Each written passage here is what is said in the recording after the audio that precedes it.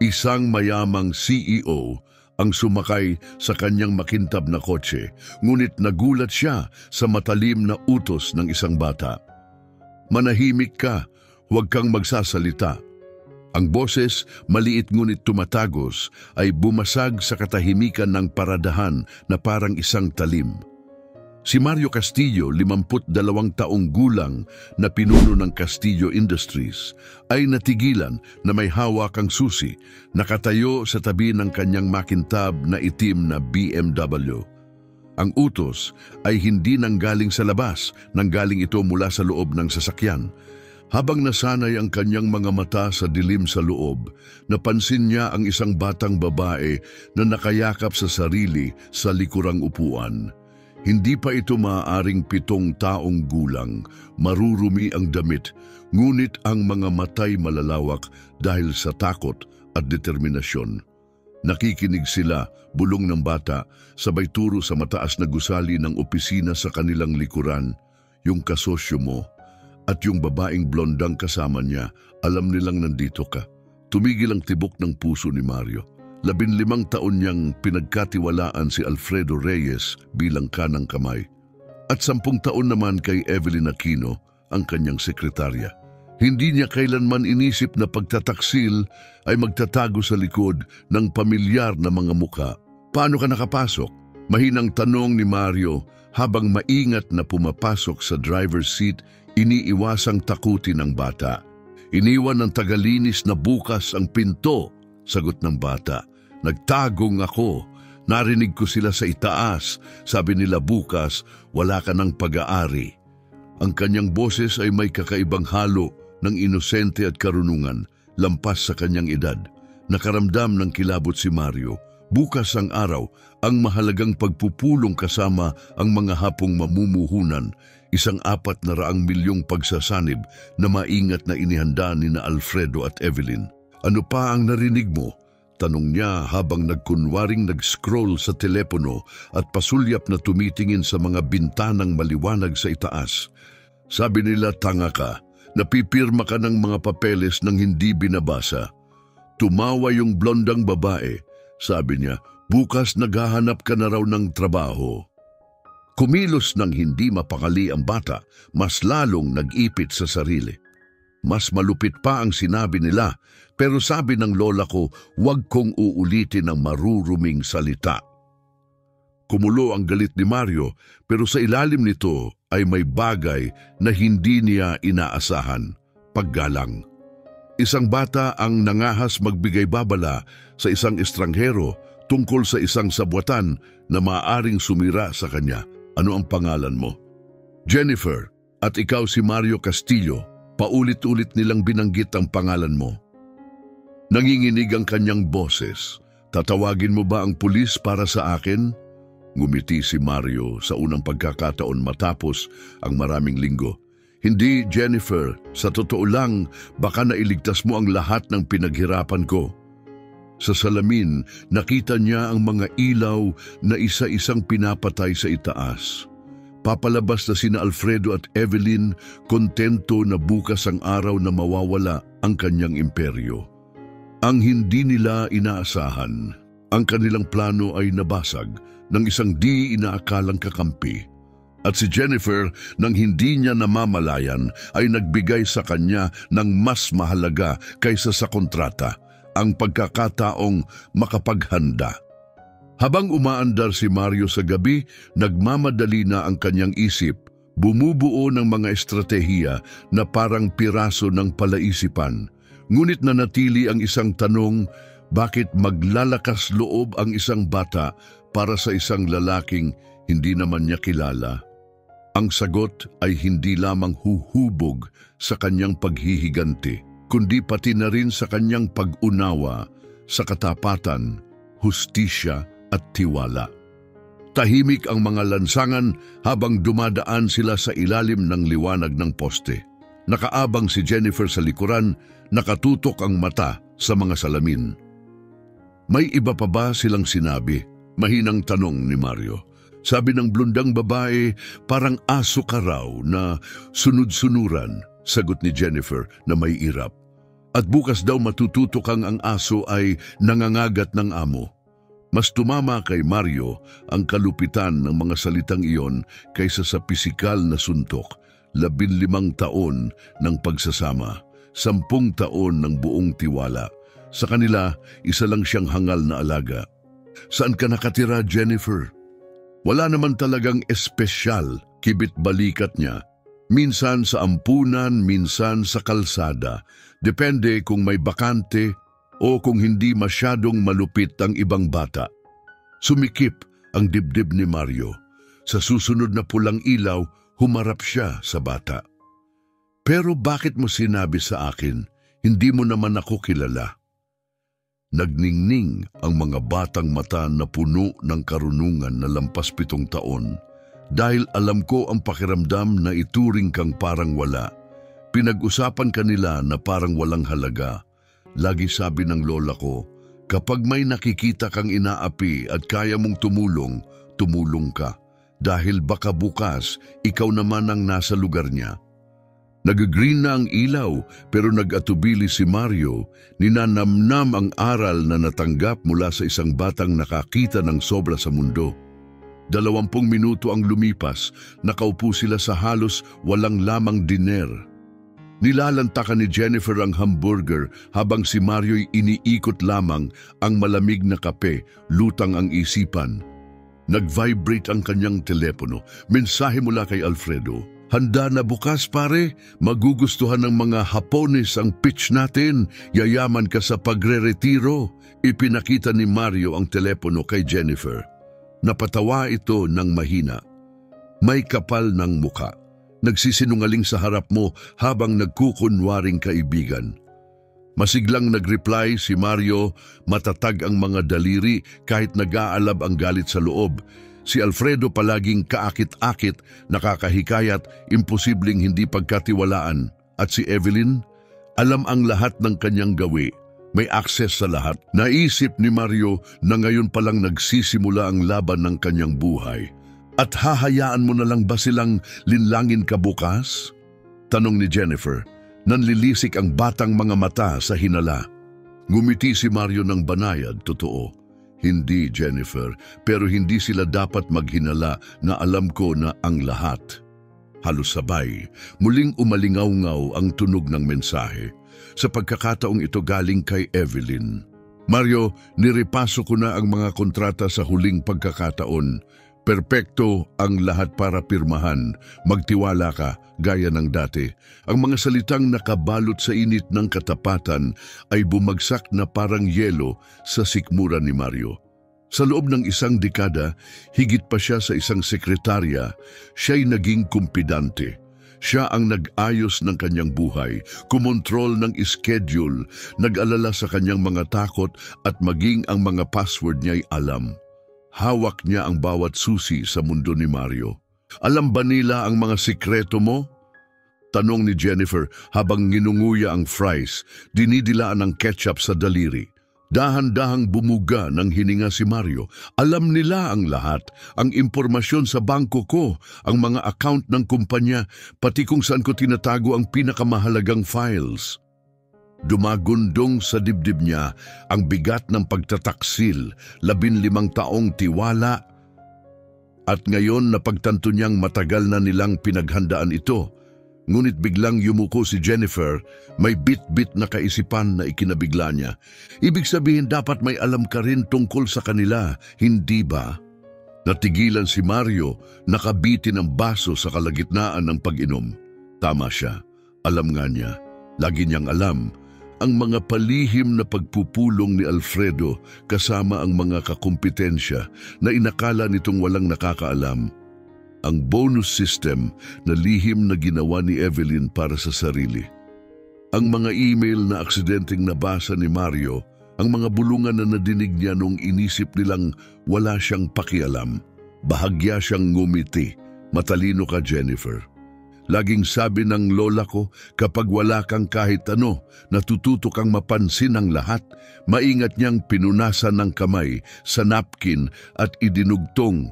Akala nila isa kang hangal, pero hindi ka naman, hindi ba? Sa unang pagkakataon sa loob ng maraming buwan, may nabuhay na damdamin kay Mario, pag-asa. At kasabay nito, determinasyon, hindi Jennifer, hindi ako hangal.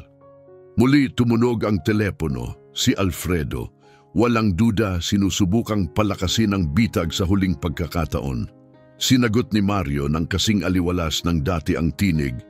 Mario, buti naman at narinig kita, ani Alfredo, puno ng pekeng sigla. Kami ni Evelyn ay tinatapos na ang huling detalye. Nakakapagpahinga ka ba? Malaking araw bukas. Maganda ang pakiramdam ko, sagot ni Mario ng maayos. Hindi na ako makapaghintay na makita kung paano ito magtatapos. Huwag kang mag-alala, perpekto ang lahat, kami ang bahala sa lahat. Kailangan mo lang dumating at pumirma kapag sinabi ni Evelyn. Umaagos ang kayabangan ni Alfredo sa linya. Tunay nilang inisip na isa lamang siyang manikang walang muwang, bulag sa pagkakanulo. Nang matapos ang tawag, tinitigan siya ni Jennifer. May pinaplano ka, bulong nito. Hindi na pareho ang mga mata mo. Tama siya, bawat kasinungalingang nagkunwaring pag-aalala, bawat ngising nanlilibak, bawat salitang may panlalait ay nagbuklod-buklod na parang piraso ng palaisipan. Hindi lang siya pinagtaksilan ni na Alfredo at Evelyn, minaliit din siya. At ang pagmamaliit ay pinakamapanganib na pagkakamali ng isang kalaban. Itinuro ng negosyo kay Mario ang isang mahalagang aral. Ang pinakamabisang estratehiya ay hindi maingay, kundi hindi nakikita. Habang ang mga tinaguriang kasosyo'y maagang nagdiriwang, kumbinsidong tagumpay na sila, lihim na niyang inihahanda ang pagbagsak nila. Kinabukasan, nagising si Mario na may talas na hindi niya nadama sa mga nakaraang buwan. Maliwanag ang kanyang isipan. Sa sopa, nakahiga si Jennifer, balot ng kumot na kinuha niya sa aparador, mahimbing na natutulog. Sandali siyang natigilan, pinagmamasdan ang batang nagbago ng lahat dahil lamang sa ilang pabulong na salita. Alas 6:15 ng umaga, muling nag-vibrate ang kanyang telepono. Mensahe galing kay Evelyn. Magandang umaga, boss. Nasa opisina na ako mula alas 5, tinitiyak na handa ang lahat. Darating ang mga Hapones alas 2. Magtiwala ka na lang at pumirma kung saan ko ipapakita, gaya ng dati. Mapait na ngumiti si Mario. Ang parehong babaeng nagsikap para wasakin siya ay nagkukunwaring pinakatapat na empleyado. May pinaplano ka, muling bulong ni Jennifer habang naguunat at kinukusot ang mata. Iba na ang mga mata mo. Parang nang mahuli ng lola ko ang isang taong nagsisinungaling. Lumuhod si Mario hanggang magtama ang kanilang mga mata. Kailangan ko ang tulong mo, Jennifer. Kailangan mong bumalik doon ngayon, makinig muli at sabihin sa akin ang lahat ng maririnig mo. Umupo ang bata, biglang naging seryoso. Delikado yon. Alam ko, pag-amin ni Mario, kaya sisiguraduhin kong may magpoprotekta sa iyo. Napagdesisyunan na niya ito sa magdamagang pag-iisip.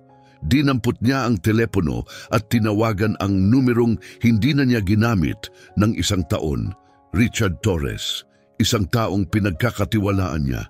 Nagring ng 2 beses bago sumagot. Mario, ang tinig ay magaspang ngunit pamilyar. Aba, nakakagulat ito. Akala ko nakalimutan mo na ako mula nang tanggalin nila ako sa kontrata. Ramdam ni Mario ang pait ng kabalintunaan. Si Richard, isang bihasang pribadong investigador at dating pulis, ay tinanggal noong nakaraang taon sa dahilang kakulangan sa budget. Ngayon, napagtanto niya ang totoo. Gusto ni na Alfredo at Evelyn na mawala ito dahil sobrang matalino, masyadong mausisa at tapat. Richard, mariing sabi ni Mario, hindi ko kailanman naging desisyon ang pagtanggal sa iyo. Tahimik sandali. Pagkaraan, sumabog ang mababang tawa ni Richard sa linya. Alam ko na rin, hindi kailanman gusto ni Alfredo ang taong nagtatanong ng maling tanong. Ano ang kailangan mo? Makalipas ang 2 oras, nasa kusina na si Richard. nakaupo sa tapat ni Jennifer. Sa edad na 45, may mga peklat sa kamao at matatalim na mata na walang namimiss. Tinitigan niya ang bata na may halong paggalang at pag-aalinlangan. Hindi siya isang ordinaryong bata. Kung gayon itong munting detektib ang nakatuklas ng $200 milyong na sabwatan, bulong ni Richard umiiling sa hindi makapaniwala. Kumislap ang kanyang mga mata kay Jennifer, may halong paghanga at pagtataka. May natural kang talento dito, sabi niya. Ngumiti si Jennifer nang mahiyain, kumagat sa tinapay. Laging sabi ng lola ko, kapag wala kang pag-aari, natututo kang pansinin ng lahat. Hinugot ni Richard ang isang tablet mula sa kanyang backpack at inilapag sa mesa. Habang abala si Jennifer sa pagliligtas ng kumpanya mo, Mario, nagsimulang maghukay din ako. Hindi ko kailanman nagustuhan kung paano pinutol ang kontrata ko. Isang swipe ng daliri at lumitaw sa screen ang mga spreadsheet at scanned na dokumento. Hindi lang pagtataksil ang plano ni na Alfredo at Evelyn. Magnanakaw sila. Parang kulog na tumama kay Mario ang ebidensya, mga kahina-hinalang bank transfer, pekeng kontrata, mga kliyenteng hindi kailanman umiral. Ipinaliwanag ni Richard ng malinaw. Sa loob ng 2 taon, nakapaglabas na sila ng mahigit $5 milyong mula sa kumpanya, itinago sa isang maze ng mga shell corporation. Ang merger kasama ang mga Hapones ay hindi para sa pagpapalawak, dagdag pa ni Richard. Isa itong scheme para maglaban ng pera. Kailangan nila ng pirma mo para gawing lehitimo ang mga taon ng maruruming transaksyon. Kapag pumirma ka, itutulak ka nila palabas at malilinis ang lahat ng bakas nila. Nangalit ang kamao ni Mario, kumalat ang malamig na galit sa kanyang dibdib. Ninakawan nila ang kumpanyang itinayo ko gamit ang sarili kong mga kamay. Ginamit nila ang tiwala ko para punduhan ang kanilang kasakiman. Yumuko si Jennifer, matatag ang tinig. Ngayon nagiging kapanapanabik. Akala nila hangal ka, pero may investigador ka at ako. At hindi nila alam na nandito tayo. Muling tumunog ang telepono ni Mario. Siyempre, si Alfredo. Partner! Boses ni Alfredo, puno ng peking init. Sana nakatulog ka ng maayos. Kami ni Evelyn nandito mula pa madaling araw, tinatapos ang huling detalye. Mai-impress ang mga Hapones. Sigurado ako, sagot ni Mario, pantay ang tinig. Isa pa, dagdag ni Alfredo, nangingibabaw ang kayabangan. Sabi ni Evelyn, hindi mo na kailangang repasuhin pa ang mga papeles ngayon. Masalimuot iyan at palagi ka namang nagtitiwala sa amin, hindi ba? Pumirma ka na lang kung saan siya magtuturo. Halos marinig ni Mario ang ngisi ng kanyang kasosyo sa kabilang linya. Totoo ngang inisip nila na kaya nilang nakawan siya habang pinapasalamatan pa niya sila. Nang matapos ang tawag, yumuko si Richard. 200. Tumawag ka na ngayon sa pulis at lumaban sa korte, ngunit may tsansang makalusot sila. O, usisa ni Mario. Hayaan mong mahulog sila sa sarili nilang bitag, pumasok ka sa pulong, hindi bilang biktima, kundi bilang mandaragit na hindi nila nakita. Nagpalakpak si Jennifer sa tuwa. Parang pelikula, magpapanggap kang pipirma, pero alam mo na ang lahat. Ngumiti si Richard, ang unang ngiti na nakita ni Mario mula sa kanya ngayong umaga. Eksakto, at habang nagdiriwang sila, darating ang mga awtoridad. Mahuhuli silang aktong gumagawa ng krimen. Muling nag-vibrate ang telepono ni Mario. Mensahe mula kay Evelyn. Mario, ikaw ang pinakamabuting boss na maaasahan ng isang babae. Pagkatapos ng araw na ito, alam kong panghabang buhay ang partnership natin. Sumimangot si Mario, hindi lamang siya nagnanakaw ng pera. Nilalasap din niya ang kahihiyang iniisip niyang sasapitin ni Mario. Akala nila ang kabaitan ko ay kahinaan, bulong ni Mario, ibinulsa ang telepono. Mariing isinara ni Richard ang tablet, matalim ang titig. Patunayan mong ang kabaitan kapag sinamahan ng estratehiya ay maaaring maging deadly. Tumalon si Jennifer mula sa sopa, kumikislap ang mga mata sa determinasyon. At makakatulong ako, magtatago ako malapit sa conference room at ire-record ang lahat gamit ang phone mo. Nagatubili si Mario. 7 taong gulang lang siya. Pero naalala niya noong nakaraang gabi, mas malaki na ang isinugal ng batang ito kaysa sa karamihan ng matatanda. Sige, sa wakas ay sabi niya, pero si Richard ang laging kasama mo. Tumango si Richard. Ikinagagalak kong makita ang dalawang iyon na mapagtantong maling tao ang pinagtaksilan nila. Habang minamapa nila ang huling hakbang ng plano, dama ni Mario ang adrenaline na hindi niya natikman sa maraming taon, ang pananabik ng panghuhuli. 2 taon, pinaghandaan ni na Alfredo at Evelyn ang kanilang perpektong bitag. Sa loob lamang ng ilang oras, iyon ding patibong ang sasakal sa kanila.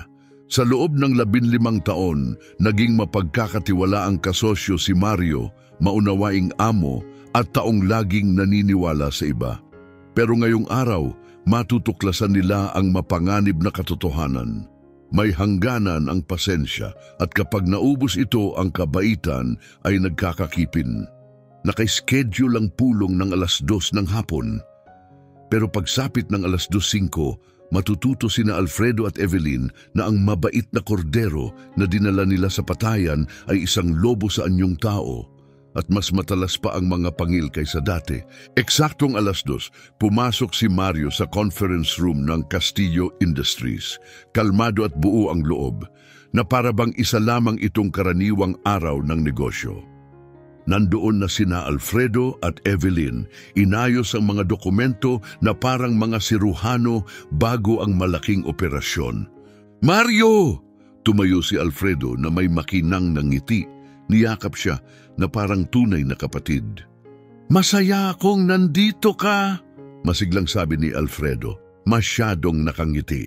Paparating na ang team ng mga Hapones at perpekto ang lahat. Lumapit si Evelyn, dala ang leather briefcase, suot ang parehong ngiting may kalinga na ginamit niya sa loob ng maraming taon upang itago ang kanyang ambisyon. Boss, ang kailangan mo lang gawin ay pumirma kung saan ko nilagay ang mga dilaw na post-it. Magtiwala ka gaya ng lagi mong ginagawa. May laman ang kanyang tinig ng matamis, ngunit patronizing na tono, parang bata ang kinakausap na inakalang walang naiintindihan. Siyempre, sagot ni Mario ng maayos. Pero bago iyon, may gusto akong ipakita sa inyo. Isang bagay na natuklasan ko kagabi. Bumukas ang pinto at pumasok si Richard Torres na may dalang mabigat na kahon ng mga file, kasama ng 2 seryosong federal investigators. Nanigas sina Alfredo at Evelyn, nagkatinginan saglit, pilit pinananatili ang kanilang mga ngiti. Richard, singhal ni Alfredo, akala ko wala ka ng trabaho dito. Wala na nga, balik ni Richard, tuyo ang tinig. Ngayon, nagtatrabaho na ako para sa tunay na may-ari ng kumpanyang ito. Ikinekonekta ni Mario ang laptop sa projector. Sumindi ang screen, puno ng mga spreadsheet, petsa at transaksyon. Alfredo, Evelyn, pamilyar ba sa inyo ang mga numerong ito? Mas malinaw kaysa sa mga salita ang salaysay ng mga numero, 5.3 milyon na ninakaw sa loob ng 2 taon. Nabiyak ang maskara ni Evelyn nang hina ang kanyang ngiti. Mario, ano ito? Isang biro? Biro? Ipinakita ni Mario ang susunod na slide. Mga larawan, si Alfredo habang pumapasok sa offshore banks, peking pirma, dummy contracts. Lumikha kayo ng 17 shell companies para hugasan ang perang ninakaw ninyo. Biglang tumayo si Alfredo, tuluyan nang nawala ang kanyang alindog. Saan mo nakuha ito? Pribado yan. Pribado? Tumawa si Mario ng malamig. Alfredo, akala mo ba nakapagpatayo ako ng 200 milyong dolyar na imperyo nang hindi natutong mag-ingat? Nanginginig ang daliri ni Evelyn habang hawak ang folder. Mario, nagkakamali ka. May legal na paliwanag ang lahat ng paglilipat na yan. Sumingit si Richard, iniabot ang mga selyadong sobre sa mga investigador. Narito ang mga recording ninyo habang pinaplano ang fraudulent merger. At narito rin, inilapag niya ang isa pang sobre. Ang mga pahayag ng 3 peking kliyenteng ginawa ninyo, handa silang tumistigo sa korte na mula ang mukha ni Alfredo. Hindi ninyo mapapatunayan ng anuman, mga walang basehang akusasyon lang ang mga ito. Ngumiti si Mario, unang pagkakataon mula nang pumasok siya sa silid. Alfredo, naaalala mo ba si Jennifer? Sinong Jennifer? Sigaw niya. Sa sandaling iyon, bumukas ang pinto. Pumasok ang maliit na bata kasama ng isang social worker. Ang kanyang payat na katawan ay nagpakita ng di inaasahang lakas habang lumapit siya sa mesa ng pagpupulong. Kumislap ang kanyang mga mata sa determinasyon. "Kumusta, Ginoong Alfredo?" sabi niya ng matamis, ngunit may bakal ang tinig. "Naaalala mo ba ako? Nagtago ako sa ilalim ng mesa mo kagabi nang sabihin mo kay Ginoong Yamamoto na nanakawin mo ang kumpanya ni Ginoong Mario." Nabingi ang silid sa katahimikan, bumuka ang bibig ni Alfredo ngunit walang lumabas na salita. Namutla si Evelyn sa takot. Binasag ng desperasyon ang boses ni Evelyn. "Isang bata? Maniniwala ka sa isang batang palaboy kaysa sa 2 kagalang-galang na propesyonal?" Malamig na binuksan ni Richard ang kanyang telepono at pinindot ang play. Umalingaw-ngaw sa silid ang malinaw na tinig ni Evelyn. Si Mario ay isang sentimental na hangal. Sa makalawa, naghahanap na siya ng trabaho habang kinukuha natin ang lahat. Hindi niya kailanman malalaman kung ano ang tumama sa kanya. Sumunod ang boses ni Alfredo, 15 taon na pagpapanggap na kaibigan ng hangal na iyon. Magiging sulit ang lahat kapag nakita ko ang mukha niya habang nauubos ang lahat sa kanya. Naupo si Evelyn, putlang-putla. Hinampas ni Alfredo ang mesa, nagkalat ang mga dokumento. "Hayop ka! Pinagplanuhan mo kami!"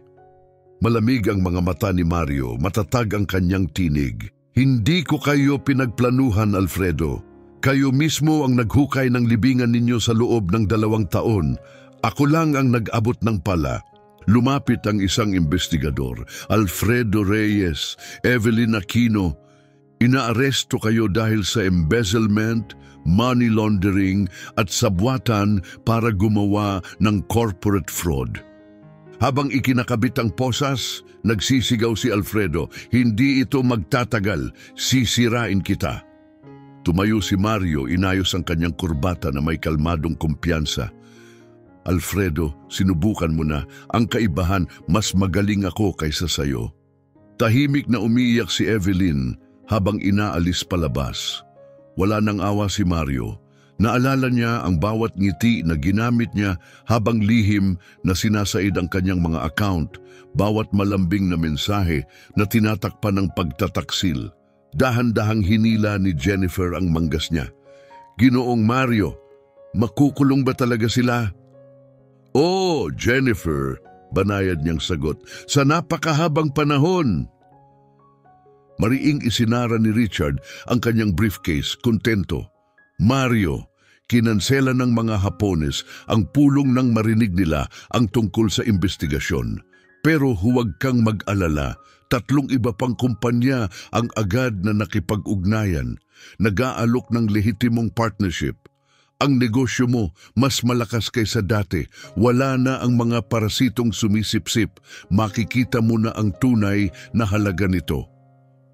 Tumalikod si Mario at tumingin sa bintana.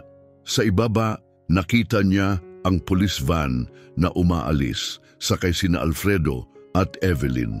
Sa loob ng 15 taon, itinuring niyang kapatid si Alfredo. At ngayon, habang pinapanood silang nakaposas at dinadala palayo, napagtanto ni Mario na kung minsan ang pagtataksil ay hindi katapusan ng iyong kwento. Ito lamang ang paglilinis ng entablado para magsimula ang mas matibay na kabanata.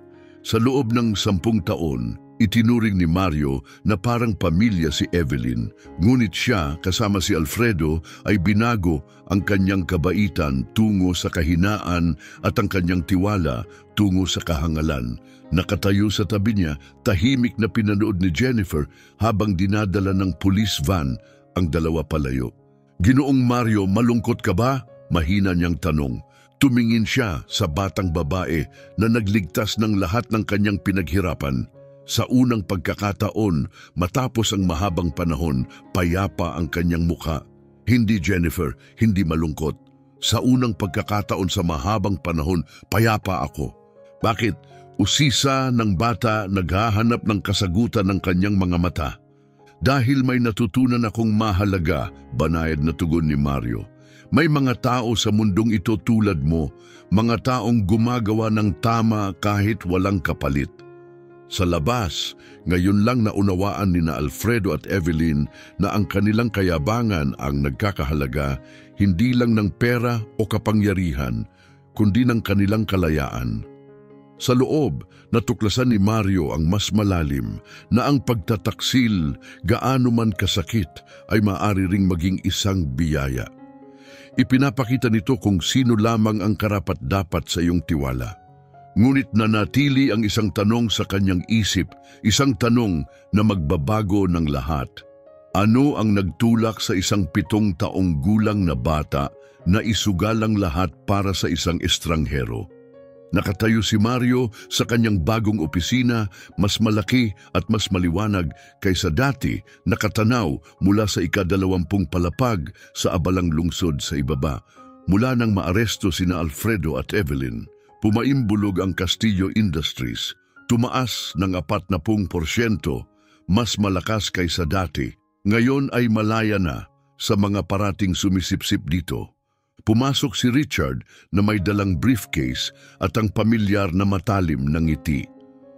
"May bago akong balita tungkol sa ating mga dating kaibigan.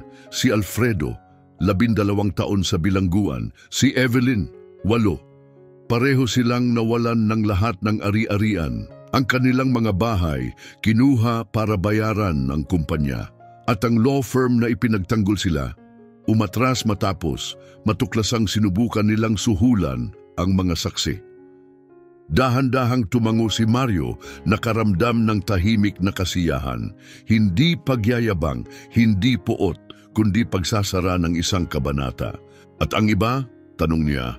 "Natuklasan namin ng 7 pang negosyanteng niloko nila sa nakaraang 5 taon, sagot ni Richard.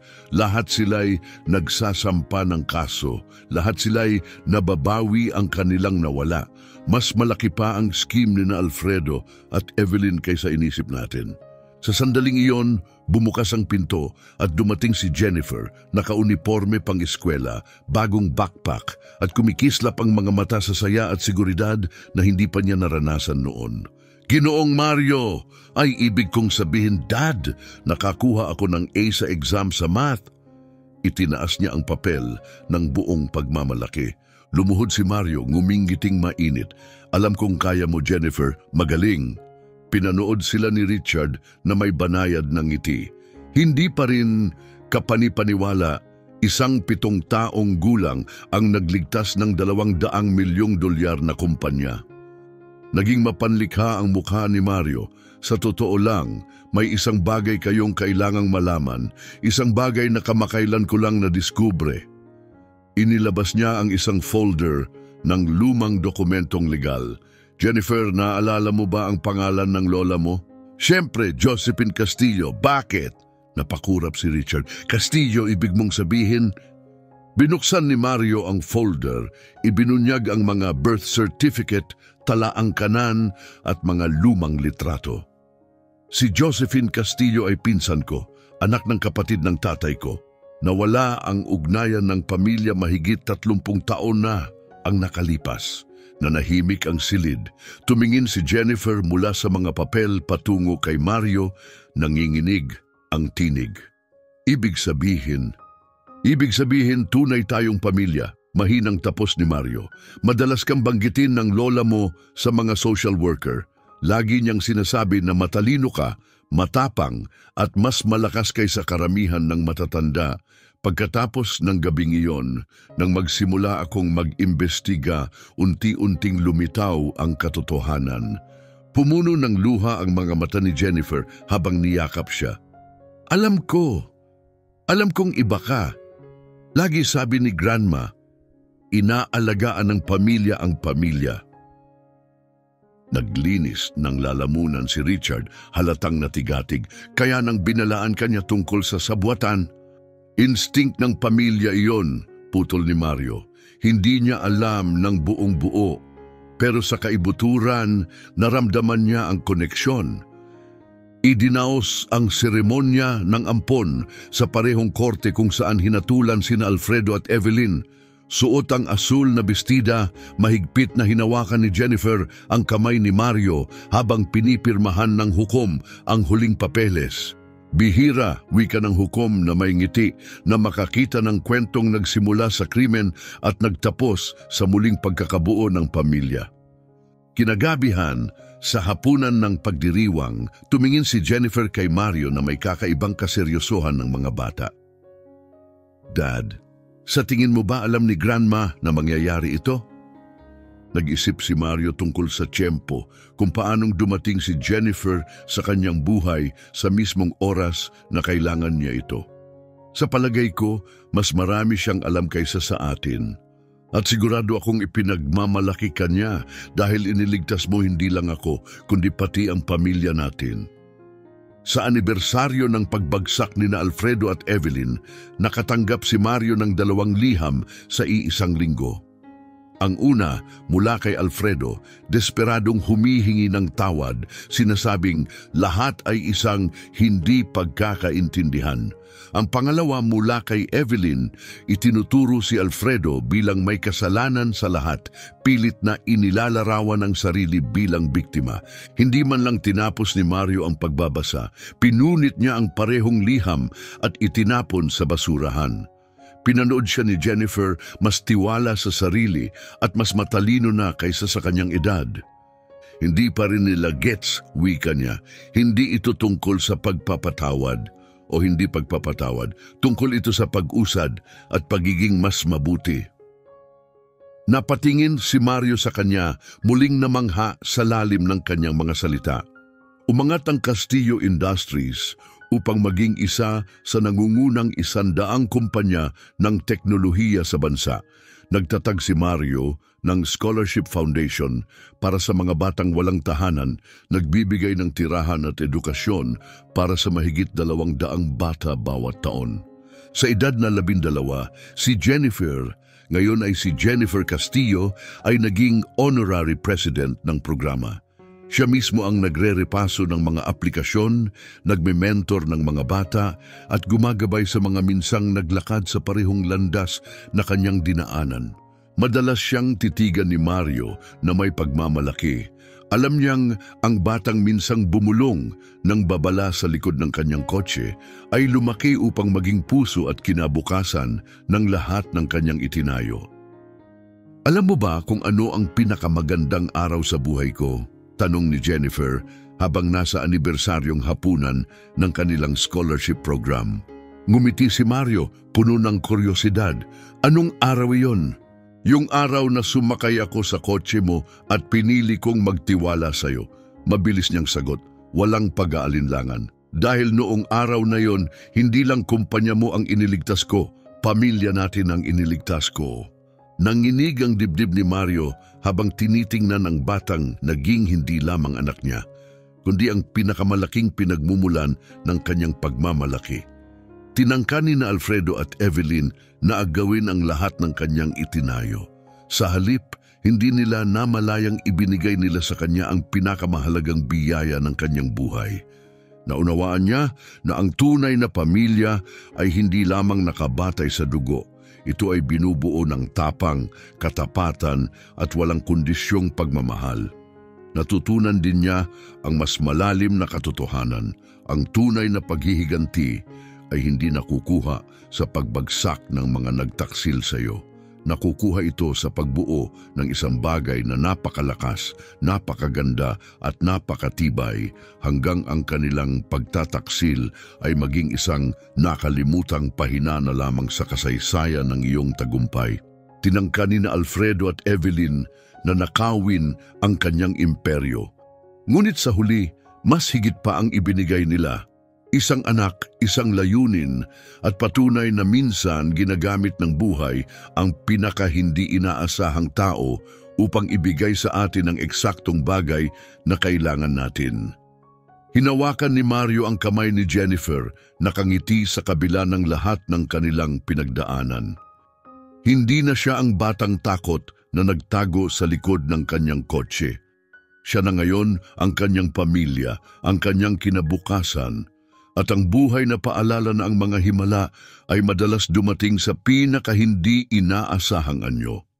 Kaya kung naantig ka ng kwentong ito ng pamilya, katarungan, at pangalawang pagkakataon, huwag kalimutang mag-subscribe sapagkat ang tunay na tagumpay ay hindi nasusukat sa mga kaaway na natalo mo.